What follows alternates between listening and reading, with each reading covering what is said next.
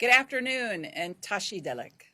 My name is Azra Zaya, and I'm the United States Special Coordinator for Tibetan Issues. Thank you to the Helsinki Human Rights Foundation for organizing this event and for the invitation to speak to you today. I also greatly appreciate the substantive and timely remarks made by the panelists. The issues we're discussing here are of particular importance to me and the United States government. Gathering on the eve of the People's Republic of China's Fourth Universal Periodic Review, this is an opportunity to take stock of our shared efforts to promote and protect human rights in the PRC. From genocide and crimes against humanity in Xinjiang, to the rapid decline of human rights and fundamental freedoms in Hong Kong, to increasing transnational repression aimed at silencing dissent around the world, over the past 4.5 years of this review period, the PRC has consistently responded to diversity and dissent with fear, intolerance, and repression. Nowhere is this more obvious than in Tibet. For decades, the PRC has developed a draconian system of repression that aims to sinicize Tibetan Buddhism and strip Tibetans of their linguistic, religious, and cultural identity. The PRC seeks to co-opt Tibetan Buddhist traditions, most concerningly, His Holiness the Dalai Lama's succession process, into the PRC's political framework and reshape its core tenets in accordance with the non-democratic values of the Chinese Communist Party. And they are wasting no time.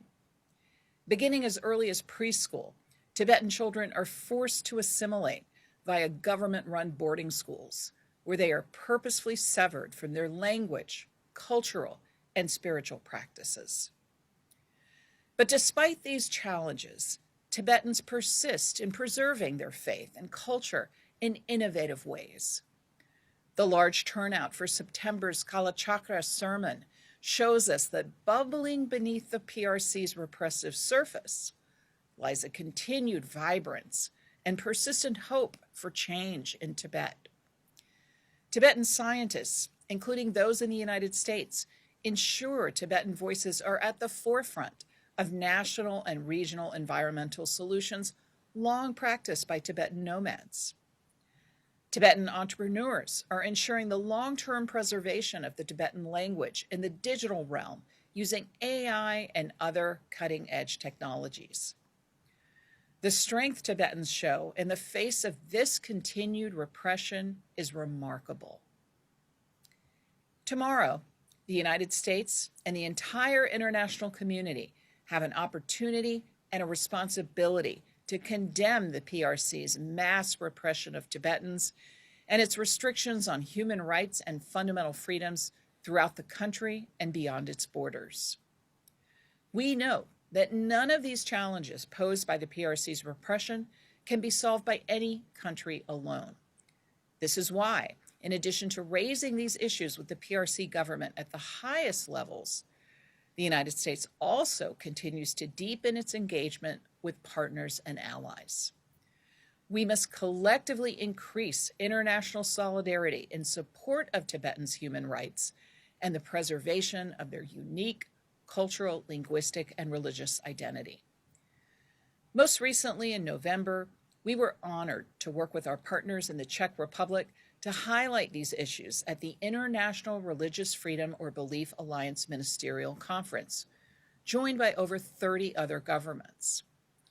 Over the course of the past year, we also saw Tibet highlighted in high-profile multilateral statements, including from the G7, expressing serious concern over the human rights situation in the PRC. And I have no doubt tomorrow's review will demonstrate broad international commitment to promoting accountability for the PRC for its wide-ranging abuses.